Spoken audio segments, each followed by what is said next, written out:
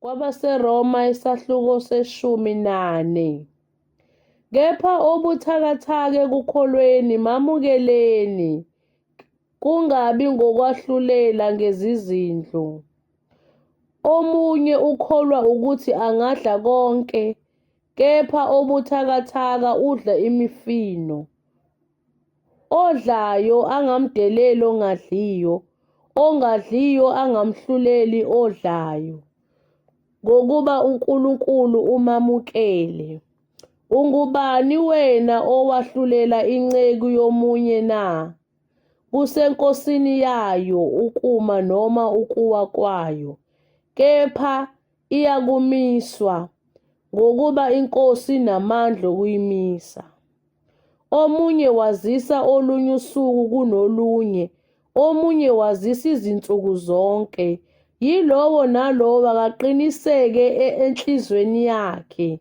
Ohlonipha usuku uluhloniphela inkosi, nodlayo udlela inkosi, ngokuba ubonga uNkulunkulu. Nongadliyo akadli ngenxa yenkosi, ubonga uNkulunkulu. Ngokuba akakho phakathi kwethu oziphilela yena, akakho nozifela yena. Ngokuba uma siphila siphilela inkosi, uma sifa sifela inkosi. Ngakho-ke noma siphila noma sifa singabenkosi. Ngokuba ngenxa yalokho uKristu wafa, wabuye waphila, ukuba abe yinkosi yabafileyo neyabaphilayo. Kepha wena umahlulelelani umzalwane wakho na? Futhi umdelelelani umzalwane wakho na? Ngokuba sonke siyakumiswa phambi kwesihlalo sokwahlulela sikaNkulunkulu. Ngokuba kulotshiwe ukuthi, kuphila kwami, isho inkosi, kimina ayakuguqa amadolo onke, nezilimi zonke ziyakudumisa uNkulunkulu. Ngalokho-ke yilowo nalowo phakathi kwethu uyakuziphendulela kuNkulunkulu. Ngakho masingabe sisahlulelana, kepha okungcono yahlulelani lokho kokuthi makungabekelwa umzalwane into yokumqhuzula nakuba isikhubekiso. Ngiyazi, nganelisiwe eNkosini uJesu, ukuthi akukho lutho oluyichilo ngokwalo, kepha kuye othi kubi, kuye nalubi. Ngokuba uma umzalwane wakho edabukiswa ngenxa yokudla, awusahambi ngothando, ungambhubhisi ngokudla kwakho lowo amfelayo uKristu. Ngalokho kuhle kwenu makungahlanjalazwa. Ngokuba umbuso kaNkulunkulu awusikho ukudla nokuphuza, kepha ungukulunga nokuthula nokuthokoza emoyeni ongcwele. Ngokuba okhonza uKristu kulokhu uthandekile kuNkulunkulu, ukholekile kubantu. Ngalokho-ke asijonge okokuthula nokokwakhana. Ungawuchithi umsebenzi kaNkulunkulu ngenxa yokudla. Konke kuhlanzekile, kepha kubi kulowo muntu okudla ekhubeka. Kuhle ukungayidli inyama nokungaliphuzi iwayini noma okunye umzalwane wakho aqhuzuka ngakho. Ukukholwa onakho yiba nakho ngokwakho phambi kukaNkulunkulu. Ubusisiwe ongazahluleli ngalokho akukhethayo. Kepha ongabazayo nxa edla ulahliwe, ngokuba kungengokukholwa konke okungavele ekukholweni kuyisono.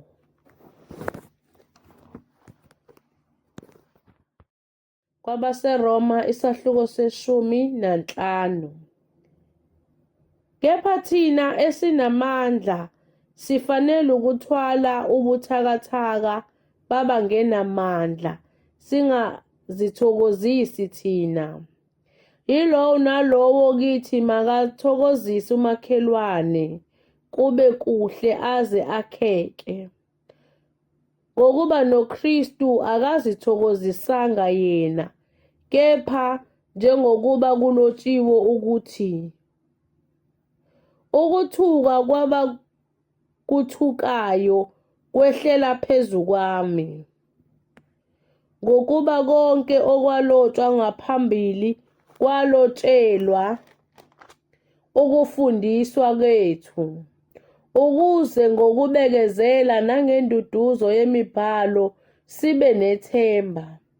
Kepha uNkulunkulu wokubekezela nowenduduzo makaniphe nibe nokuqonda kunye phakathi kwenu ngokukaKristu Jesu, ukuze nganhliziyonye nidumise ngamlomo munye uNkulunkulu Uyise weNkosi yethu Jesu Kristu. Ngalokho yamukelanani njengalokho noKristu wasamukela ukuze kudunyiswe uNkulunkulu. Ngokuba ngithi uKristu waba yisikhonzi sabasokileyo ngenxa yeqiniso likaNkulunkulu, ukuze aqinise izithembiso ezaphiwa okhokho. Abezizwe bamdumisa uNkulunkulu ngenxa yesihawu sakhe, njengalokho kulotshiwe ukuthi, ngalokhu siyakukudumisa phakathi kwabezizwe, ngihubele igama lakho. Abuye athi, jabulani nina bezizwe kanye nesizwe sakhe, nokuthi dumisani iNkosi nina nonke bezizwe, nibabaze nina bantu bonke. Futhi u-Isaya uthi, kuyakuba khona impande kaJesayi, yena oyakuvuka abuse abezizwe, abezizwe bayakwethembela kuye. uNkulunkulu wethemba makanigcwalise ngenjabulo yonke nangokuthula konke ekukholweni, ukuze nivame ethembeni ngamandla kaMoya oNgcwele. Kepha nami ngokwami nganelisiwe ngani bazalwane bami ukuthi manigcwele ukuva, nigcwalisiswe ngokwazi konke, ninamandla futhi okuyalana. Kepha nginilobele kokunye ngesibindi njengonikhumbuzayo, futhi ngenxa yomusa engiwuphiwe nguNkulunkulu wokuba ngibe isikhonzi sikaKristu Jesu kwabezizwe, ngikhonze ivangeli likaNkulunkulu njengompristi, ukuze abezizwe babe ngumnikelo owamukeleka kahle, ungcwelisiwe ngoMoya oNgcwele. Ngalokho nginokuzibonga kuKristu Jesu maqondana nokukaNkulunkulu, ngokuba angikuba nasibindi sokukhuluma lutho ngaphandle kwezinto uKristu azisebenza ngami, kube ngukulalela kwabezizwe ngezwi nangesenzo, ngamandla ezibonakaliso nezimangaliso, ngamandla kaMoya oNgcwele, njengokuba ngasuka eJerusalema ngazungeza ngaze ngafika eLikriku, ngashumayela ivangeli likaKristu ngokupheleleyo. Kanjalo ngangihlose ukushumayela ivangeli, kungabi lapho uKristu waziwa khona, kuze ngingathi phezu kwesisekelo somunye. Kodwa njengalokhu kulotshiwe ukuthi, abangabikelanga ngaye bayakubona, nabangezwanga bayakuqonda. Ngenxa yalokho ngathiyeka kaningi ukuza kini. Kepha manje lokhu ngingasenandawo kulamazwe, futhi sekuyiminyaka eminingi ngilangazelela ukuza kini. Ngiyakuza nxa ngiye eSpaniya, ngokuba ngiyethemba ukuthi ekudluleni kwami ngiza kunibona ngikhashwe yinina nxa ngiyakhona, uma sengike nganeliswa yinina. Kepha manje ngisaya eJerusalema ngiyokhonza abangcwele ngokuba kwabakhule kwabaseMakedoniya nabase-Akhaya, ukwenzela abampofu kwabangcwele baseJerusalema umnikelo othile. Kwaba kuhle ngokuba nembala banecala kubo, ngokuba uma bezizwe behlanganyela nabo ezintweni zabo zokomoya banecala futhi lokuba khona.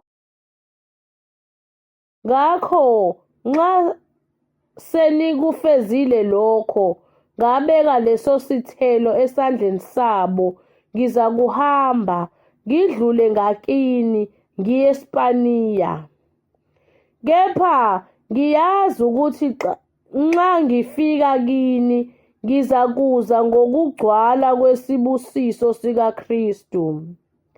Ngiyanincenga bazalwane, ngenxa yeNkosi yethu Jesu Kristu nangenxa yothando lukaMoya, ukuba nilwe kanye nami ekungikhulekeleni kuNkulunkulu, ukuze ngihlanguliswe kwabangakholwayo baseJudiya, nokuba lokho engikhonza ngakho eJerusalema kwamukeleke kahle kwabangcwele, ukuba ngize kini ngokuthokoza ngentando kaNkulunkulu, ngiphumule kanye nani.